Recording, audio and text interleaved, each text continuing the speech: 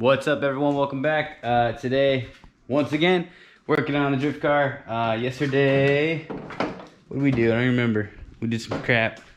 That video should be live now. I've been trying to edit more and get stuff pumped out for you, but we did get these done. Rear strut towers are reinforced, welded in. BC Racing digressive coilovers are reinstalled. And then I got my retaining clip from Woodward Fab, so I was able to make my first door bar. So I guess we could probably, oh, and then we got the windshield bar up there. It's not tacked in or anything, it's just sitting there. But I think today we could probably make it a goal to work on these door bars. Playing with designs in my head still, it's really hard for me to pick a design because it's gonna be there forever. So that's one of the issues I've had with building this cage is I'm so damn picky with everything I do that I want it to be better, and then I start thinking, man, I don't want to do that, and then I get it attached to an idea. I'm like, yo, I don't like that anymore, and then I'm like, yo, this is the idea, and I'm like, nah, I'm bored with that already. So let's try to work on these door bars, I guess. I already got the measurements all ready to go, so all we gotta do is chop our tube up, put it in this bender over here, grease her up, and get it bent up. So I guess that could be a good goal for today, and then probably the two rear supports as well. Maybe even, yeah, it's probably good because I have class today. So we'll try to get these door bars at least knocked out and take it from there. But that's pretty much it. So for the first one, we got, what do we got? I think we only got 2 more 10-footers, so hopefully that lasts us. We're making progress, guys. I'm excited right now. You guys excited?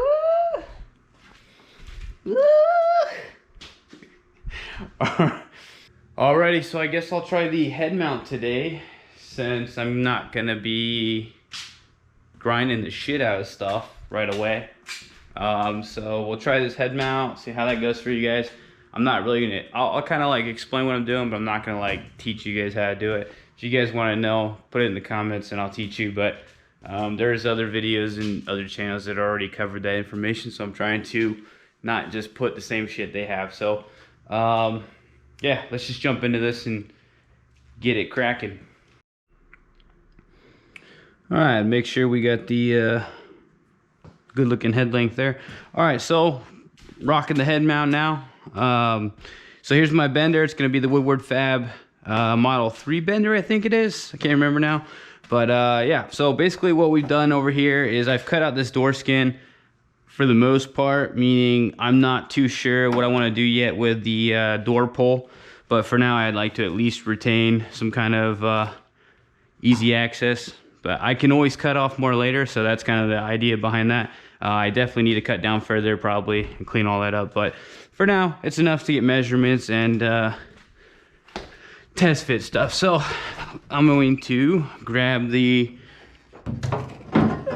first door bar I made, which could be incorrect actually, because the retaining clip I had before actually broke, meaning it bent, and I'm not too sure if I got the right angle on this one since I was mid-bend when I did it. But, you know, it's got to be pretty close. So I like to kind of just put this here and kind of eyeball it and see where that's going to land. So seems like this is overbent a little bit here. But I mean, it's not bad. Let's go ahead and hop in the car. Oh, please. I don't want this roof bar to fall and kill me. All right, it's up there pretty tight. All right, so we got our door closed. And then with our main hoop and our A-pillar in place, we can go ahead and kind of test fit this and see, you know, do we want to do something different here, or is this gonna work? So it looks like it could come out more. this. I don't know if I like this, because if we do it like that, it doesn't fit. If we do it here, it fits.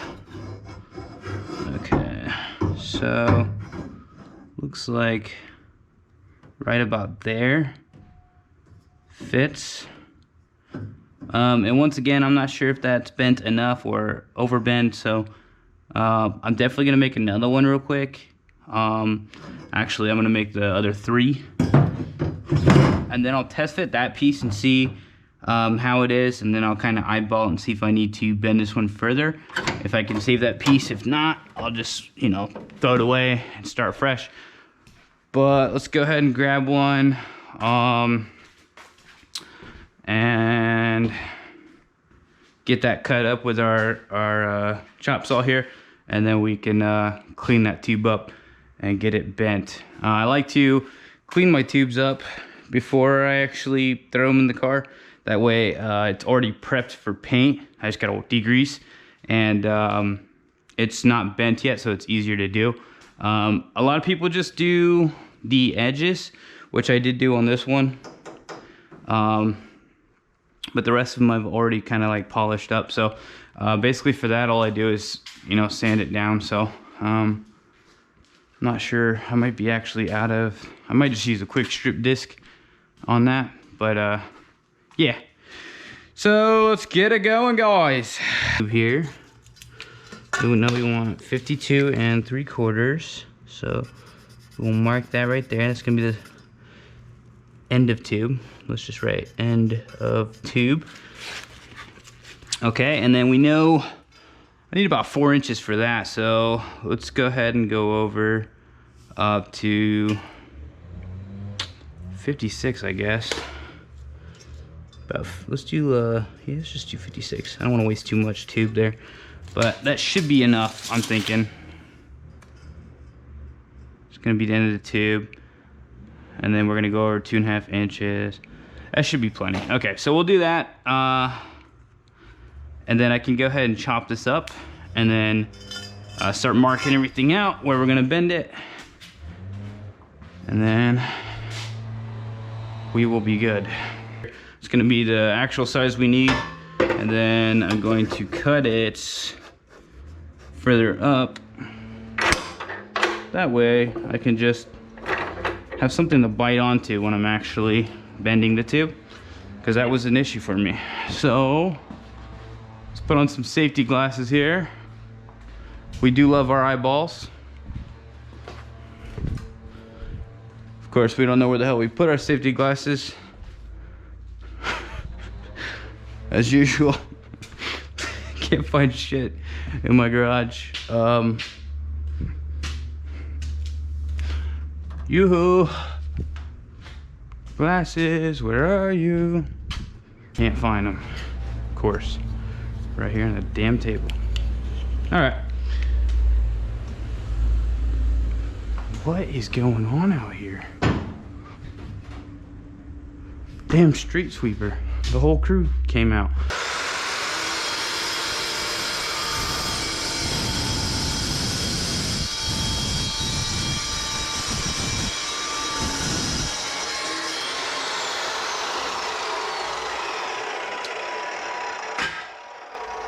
Rock on. And then we can use this for either the verticals for the door bars or the anti-intrusion bars. So that will not be wasted material. Get all those shavings out, and that's like pretty much all the shavings that it leaves. So that's why I like that saw. It's pretty nice, actually. All right, so now I'm just gonna clean this up with a quick strip disc, and that's because my sandpaper is all gone. I'm all out of that, but it's nothing that's gonna gouge the tube. It's just gonna strip off the oh brother, the mill scale, and leave me with something that I can easily paint. And I also do this because I don't want to get something stuck on the tube and then imprint that on my die, and then my die's ruined, and then every time I bend it, it's gonna put an imperfection in the tube. So it's kind of like preventative maintenance. It takes a little bit longer, but I mean, the end result is way better, and you don't have to spend a lot of time going in there and wiping all that down with a Scotch-Brite pad, because it's a pain in the ass after it's in there. Like, look over there, for example, that main hoop. How would I ever get that? So that's why I do it this way. I know most people don't do it this way, but I don't see the problem in taking the extra time to do it like this. So that's what I'm gonna do. All right, and then I'm gonna get a respirator and throw you guys on a time lapse.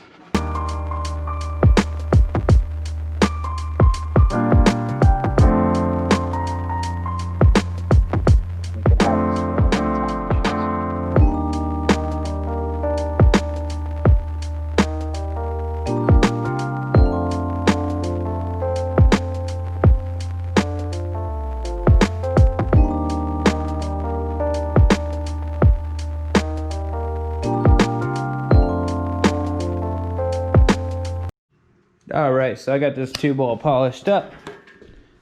As you can see, it doesn't take off material, and it's all clean and has a scratch on it, so I can paint it, because you have to scratch it so the paint will adhere to it. So yeah, now I'm going to mark everything out because I have my measurements already, and then I will put a mark everywhere I need to go a bend. So for example, we know it needs to be 52 3/4. So I will probably make a mark where the start of the bend is, and then mark where the first bend is going to be, second bend is going to be, and last bend is going to be, and then we will bend her up.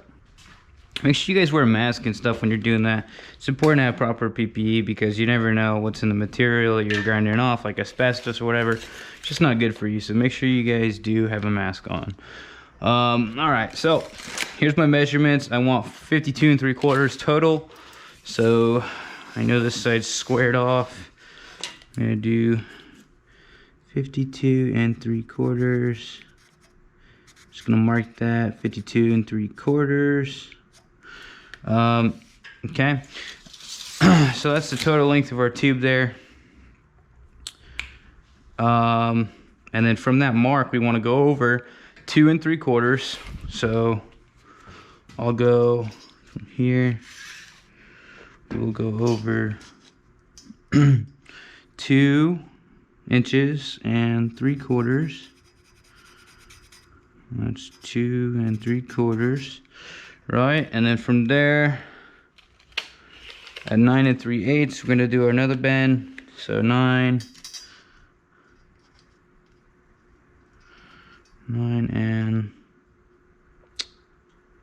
3/8. Okay, and then 41 3/4. It's gonna be another one.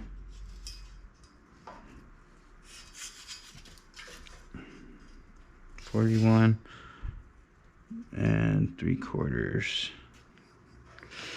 Cool. And so yeah, just gonna trace my lines around. And for that, you could just make like a little paper template. I have an actual notching template over here I made. So I would just put that on the tube and then trace it on. Alrighty, so for this process, what I do is I get a latex glove. I go ahead and get some grease, good amount of grease there, and this is a Superior Valvoline multi-vehicle gray grease is what I use. Just get like a, any lithium grease will do pretty much. And I just rub this on the mating surface of the actual tube and the die where they're gonna meet. All over. I like to just keep this thing lubed up. That way, if anything gets stuck in there, it'll slip through, and then won't have any gouging, and it'll just help it bend smoother without leaving any kind of like imperfections. All right, I wiped the whole tube down with a rag. That way, there's no debris on there. And then we got our marks on here. So start of the tube, start of the first bend, meaning I need to put lube here, because this is the part that's going to be actually getting bent and going through the die. It doesn't have to be a lot. I just skim coat it to help it through there. And then you can just go ahead and feed this tube through like so. And alright, I got that welded on there somehow. Looks alright. Hopefully it works like I want it to. I think it's a little bit crooked, but it's kind of hard to actually weld that on there because it's so tiny.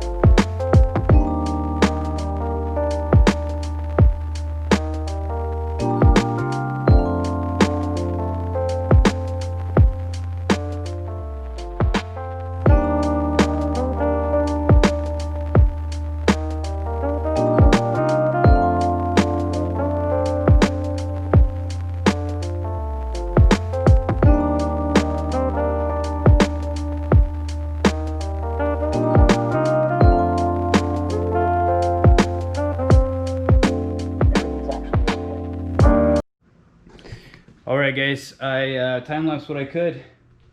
I figured it's repetitive, so I didn't do it all, but I got all 4 of them bent. It looks sick to see. Just like all 4 of them just chilling there. Mass production. Whew. Boy, that was a lot of work. Look at my arms. Looks like I got sleeves. But yeah. I think because of the time, I have class in like 30 minutes, so I'm gonna drop it here, go shower, and we'll pick this back up tomorrow. But at least we got the hardest part done. All these are bent.